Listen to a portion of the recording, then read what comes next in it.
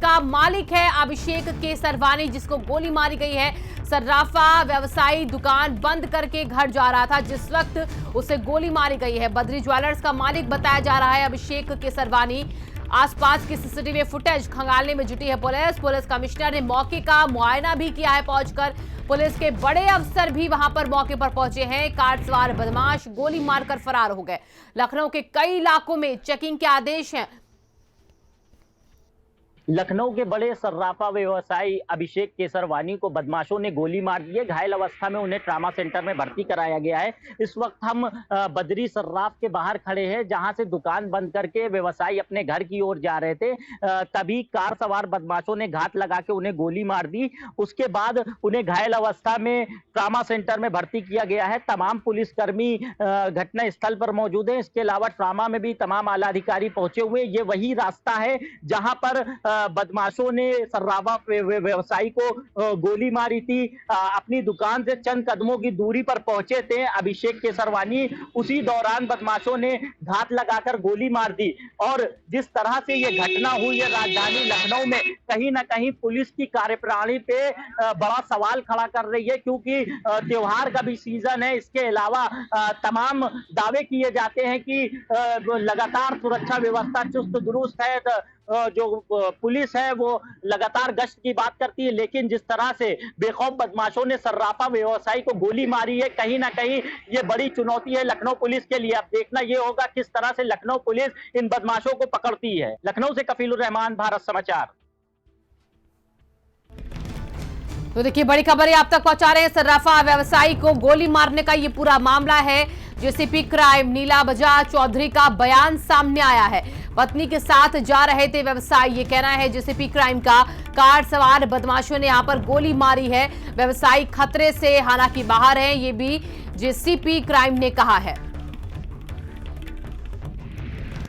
देखिए, श्री अभिषेक केसरवानी जो कि यहाँ पे बद्री सराफ के फ्रेंचाइजी पे अपना दुकान चलाते हैं, तो दुकान बंद करके अपने धर्मपत्नी के साथ घर जा रहे थे। उस समय इनको पीछे से एक गाड़ी आकर उसमें से कुछ लोग उतरे और उनमें से एक व्यक्ति ने उनको गोली मारी है।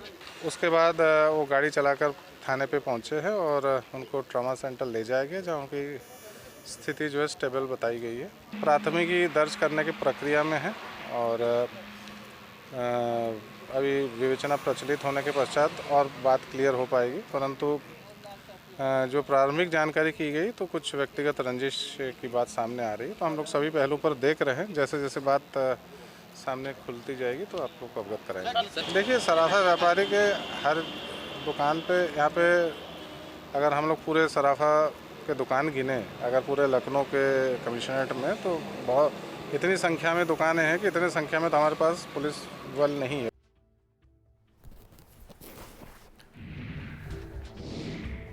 और कफील हमारे संवाददाता जुड़ चुके इसी खबर पर ज्यादा जानकारी के साथ। कफील, यहां पर पुलिस का कहना है कि पकड़ने की कोशिश की जा रही है, इसी के साथ फेल्योर भी सामने आता है, क्योंकि सुरक्षा यहां पर कैसी वो साफ जाहिर होता हुआ दिख रहा है इस घटना से।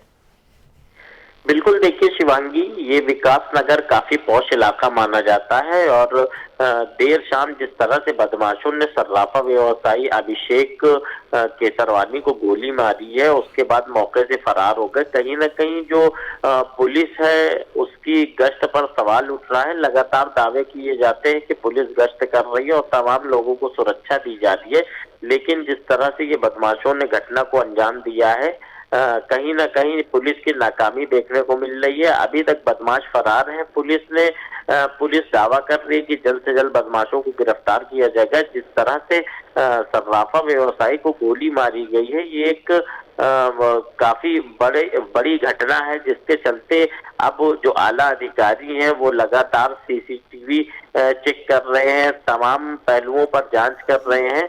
अब देखना ये होगा पुलिस इस पूरी घटना का खुलासा कब करती है। जी कफील, यहाँ पर सीसीटीवी फुटेज भी एक सामने आता दिख रहा है। ये संदिग्ध व्हाइट कलर की कार भी उसमें नजर आती है। क्या और सीसीटीवी फुटेज खंगाले गए जिससे पता चल पाई कार किधर से और किधर की तरफ गई? देखिए, बिल्कुल ये पूरी घटना सेक्टर 7 की है, जहां पर जो आसपास के घर हैं उसमें सीसीटीवी लगातार पुलिस खंगाल रही है, बदमाशों की लोकेशन देख रही है, आखिर बदमाश गोली मारने के बाद किस तरफ भागे थे। तो इन सभी चीजों को पुलिस लगातार जांच कर रही है। इसके अलावा जो फील्ड यूनिट की टीम है, क्राइम ब्रांच है, उनको भी लगा दिया गया है। जगह जगह छापेमारी की जा रही है। इसके अलावा जो एक संदिग्ध कार शोरूम के सामने मिली है, देखी गई है, उसको भी पुलिस काफी गहनता से जांच कर रही है, क्योंकि संदिग्ध वाहन है वो, उसमें से एक व्यक्ति भी रेकी करता हुआ देखा गया है। तो पुलिस उस पर भी जांच कर रही है। अब देखना ये होगा पुलिस इस पूरी घटना को कैसे खोलती है। पुलिस का कहना है कि ये आपसी रंजिश है, लेकिन सबसे बड़ा सवाल ये है कि जब व्यवसायी अपना शोरूम बंद करके जा रहे थे तो उन पर ये हमला हुआ है। तो इसको कई एंगल से देखा जा रहा है। पुलिस तमाम चीजों पे जांच कर रही है। लूट का भी एंगल पुलिस इसमें देख रही है, लेकिन प्रथम दृष्टया पुलिस का यही मानना है कि ये आपसी रंजिश में घटना हुई है, क्योंकि जो व्यवसायी के पिता है उन्होंने भी तहरीर दी है, पारिवारिक विवाद बताया है जमीन का। अब देखना ये होगा इस पूरे मामले में क्या निकल कर सामने आता है। चलिए, बहुत बहुत शुक्रिया कफील इन तमाम जानकारियों के लिए। फिलहाल आपका तो राजधानी में किस तरीके से बेखौफ होते बदमाश नजर आ रहे हैं। सीसीटीवी कैमरे में ये घटना कैद हो गई जहां पर एक सराफा व्यापारी को गोली मारी गई है। कानपुर में दलित युवक की निर्मम हत्या की गई है। यहां पर कुल्हाड़ी से काटकर व्यक्ति की हत्या कर दी गई है। शराब पीने के दौरान यहां पर मामूली विवाद में हत्या की गई है। कानपुर में दलित युवक को मौत के घाट उतारा गया। हत्या की वारदात से गांव में तनाव का माहौल है। सीओ समेत भारी पुलिस बल गांव में तैनात कर दिया गया है। पुलिस ने शव पोस्टमार्टम के लिए भेजा। पुलिस ने एक आरोपी को भी गिरफ्तार कर लिया है। घाटमपुर कोतवाली के जहांगीराबाद का मामला। दीपक हमारे संवाददाता जुड़ चुके इसी खबर पर। दीपक, हत्या किस वजह से हुई, इसके बारे में जानकारी मिली पुलिस को?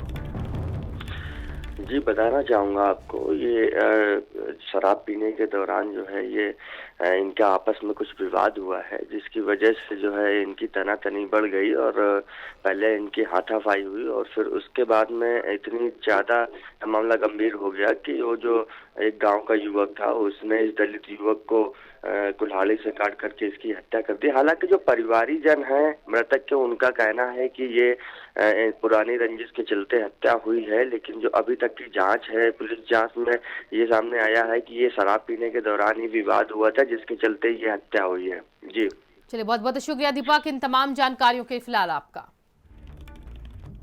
तो कानपुर में एक दलित युवक की हत्या कर दी गई है। शराब के नशे में यहां पर यह हत्या हुई है। कुल्हाड़ी से काटकर व्यक्ति की हत्या कर दी गई। पुलिस मौके पर मौजूद है। शराब पीने के दौरान यहां पर मामूली विवाद में एक युवक को मौत के घाट उतार दिया गया। हत्या की वारदात से गांव में तनाव की स्थिति बनी हुई। पुलिस मौके पर सीओ समेत भारी पुलिस बल गांव में तैनात कर दिया गया है और पुलिस ने शव पोस्टमार्टम के लिए भी भेज दिया। हालांकि देखिए, एक आरोपी इस पूरे मामले में गिरफ्तार किया जा चुका है। घाटमपुर कोतवाली के जहांगीराबाद का ये पूरा मामला बताया गया।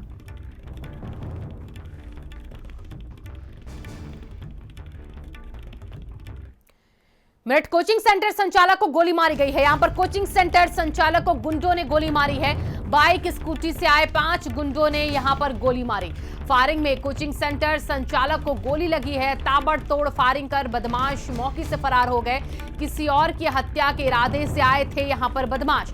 गंभीर हालत में कोचिंग संचालक अस्पताल में भर्ती करा दिया गया है। ताबड़तोड़ फायरिंग कर बदमाश यहां पर मौके से फरार हो गए। शुएब हमारे संवाददाता जुड़ चुके हैं इसी खबर पर। शुएब, यहां पर कहा जा रहा था किसी और हत्या के इरादे से और यहां पर किसी और को गोली लग गई क्या? बिल्कुल इसी तरह का मामला है ये, क्योंकि बदमाश थे, बेखौफ बदमाश थे और बिल्कुल 5 बदमाश थे और ताबड़तोड़ कई राउंड इन्होंने वहां फायरिंग करे थे। तो कोचिंग संचालक थे, ये अपने कोचिंग सेंटर में पढ़ा रहे थे। जब गोलियों की आवाज सुनकर ये बाहर निकले, इन्होंने देखा तो जो बदमाश थे उन्होंने उनकी तरफ भी एक फायर करी, जिनसे एक गोली इनकी छाती में लग गई है। गंभीर हालत में इलाज चल रहा है। बताया जा रहा है कोई आवाज त्यागी है जो अभी हाल ही में जेल से एक हत्या के मामले में छूट गया। ये 5 बदमाश हथियारों से लैस होकर उसकी हत्या करने आए थे, लेकिन किसी तरह से वो तो बच गया छुप कर, लेकिन जो ये कोचिंग सेंटर संचालक थे अंकित शर्मा, इनकी गोली लगने से काफी गंभीर हालत है, जिनका अभी अस्पताल में हाल ही में ऑपरेशन चल रहा है। लेकिन बदमाश कौन थे, आखिर कहां से आए थे और आवाज त्यागी को मारने का भी क्या मकसद था और इतने भारी तादाद में हथियार लेकर आना, ये इन सब सवालों पर भी पुलिस के पास कोई जवाब नहीं है। चलिए, बहुत बहुत शुक्रिया शोएब इन तमाम जानकारियों के लिए आपका। मिर्जापुर से खबर, जहां पर पुलिस की गुंडाई दिखी, यहां पर दुबार चौकी पुलिस ने पीड़ित परिवार को पीटा है। दुबार चौकी पुलिस ने पीड़ित परिवार को पीटा। सिपाहियों ने घर में घुसकर यहां पर लाठी डंडों से पिटाई की है। लोगों की भीड़ जमा होने पर सिपाही यहां से फरार हो गए। सीएम पोर्टल पर सिपाहियों की यहां पर शिकायत हुई थी। पीड़ित परिजनों ने सिपाहियों की शिकायत की थी। नाराज सिपाहियों ने परिजनों को फिर जमकर पीटा। पहुंचकर लालगंज थाना क्षेत्र के दुबार चौकी का मामला है।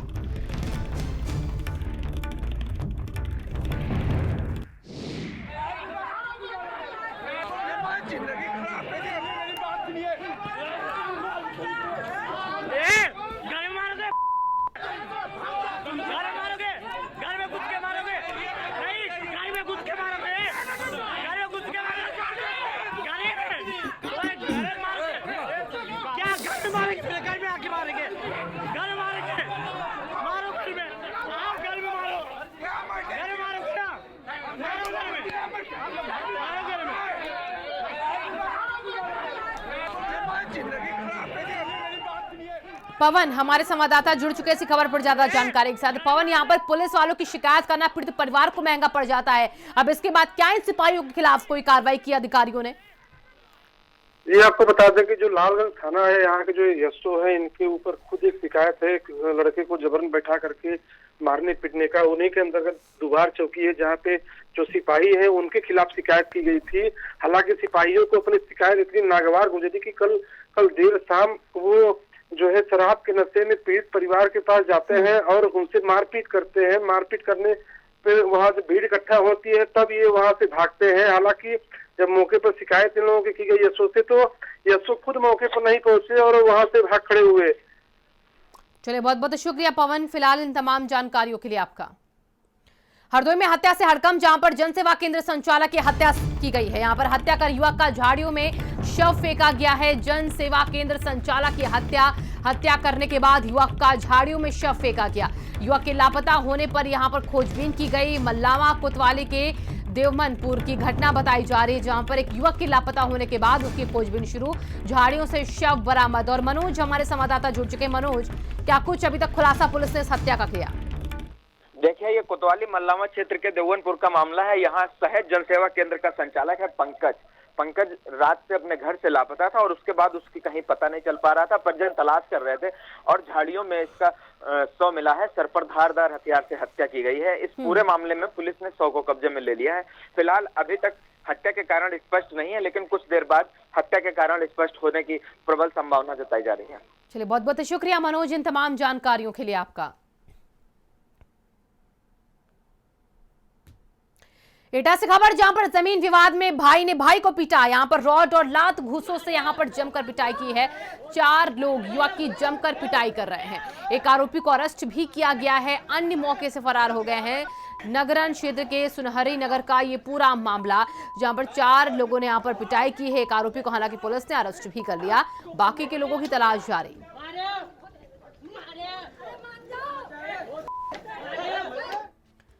मुरादाबाद से खबर है, जहां पर युवती की गला रेत कर निर्मम हत्या की गई है। घर में पड़ा मिला युवती का शव, गला रेत कर बेरहमी से यहां पर हत्या की गई है। पुलिस ने शव पोस्टमार्टम के लिए भेजा है। कटघर के स्टैनी वाली मिलक की घटना बताई जा रही है। तो मैं एक सूचना मिली थी और इस पर पुलिस मौके पर आई, तो यहाँ पे 22 वर्षीय युवती के अंदर एक शव मिला है। घर वालों के द्वारा बताया गया कि इस दौरान वो लोग खेत पे काम करने गए थे। जवाई के लिए देखा के अंदर डेड बॉडी थी और ये प्रथम दृष्टया हत्या का मामला ठीक हो रहा है। फोरेंसिक टीम मौजूद है जो भी साक्ष्यों को छपी हुआ है, जल्दी देखने का। बुलंदशहर में युवती से गैंगरेप की वारदात। यहां पर प्रेमियों और उसके 2 दोस्तों ने किया है गैंगरेप। 3 आरोपियों पर गैंगरेप का मुकदमा दर्ज किया गया है। प्रेमियों और उसके 2 दोस्तों ने यहां पर गैंगरेप किया है। 3 लोगों पर मुकदमा दर्ज, पीड़िता को मेडिकल के लिए भेजा गया। बुलंदशहर के आहार थाना क्षेत्र का ये पूरा मामला बताया जा रहा है, जहां पर पीड़िता की शिकायत के बाद अब पीड़िता को मेडिकल के लिए भेज दिया गया है। बुलंदशहर के आहार थाना क्षेत्र का मामला, प्रेमी के साथ 2 दोस्तों ने युवती के साथ गैंगरेप की वारदात को अंजाम दिया। बुलंदशहर में युवती से गैंगरेप की वारदात, प्रेमियों और उसके 2 दोस्तों ने यहां पर इस घटना को अंजाम दिया। 3 आरोपियों पर गैंगरेप का मुकदमा दर्ज हुआ।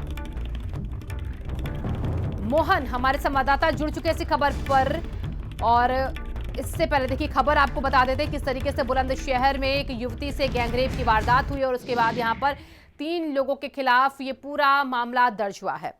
और मथुरा से खबर आपको बता दें, जहां पर गोवर्धन थाना पुलिस की गुंडई देखने को मिली। यहां पर बरसाना क्षेत्र के भरना खुर्द में सिविल ड्रेस में पहुंची पुलिस ने महिलाओं के साथ जमकर मारपीट की और घर में घुसकर महिलाओं के साथ मारपीट लूटपाट करने का आरोप भी लगा। बरसाना थाना पुलिस को सूचना दिए बिना गोवर्धन थाने के सिपाही भरना खुर्द पहुंचे और महिलाओं से लूटपाट की है। पुलिस की गुंडई का वीडियो भी सोशल मीडिया पर वायरल हुआ। और मोहन हमारे संवाददाता जुड़ चुके हैं इसी खबर पर। मोहन, यहाँ पर पुलिस वाले हैं कि गुंडे हैं जो महिलाओं के साथ बदतमीजी करते हैं, मारपीट करते हैं? जी बिल्कुल, जिस तरीके से मथुरा की गोवर्धन थाना पुलिस बरसाना थाना इलाके वरनाकुंड गाँव में अचानक दबिश पहुंचे गई और जो जहाँ दबिश देने की बात कर रही है वहाँ उनको कोई वजह भी नहीं बताई और अचानक बिना वजह के उनकी जो महिलाएं थी उनके साथ बदतमीजी करने लगी, उत्तरता करने लगी, मारपीट उतारू हो गई। जो लोगों ने उसको विरोध किया तो जमकर पुलिस ने गुंडे की। पूरा जो मामला है उसका वीडियो वायरल हो गया, लोगों ने सोशल मीडिया वीडियो वायरल कर दिया है और अधिकारी पूरे मामले को कुछ बोलना तैयार नहीं है। चलिए, बहुत बहुत शुक्रिया मोहन इन तमाम जानकारियों के लिए आपका।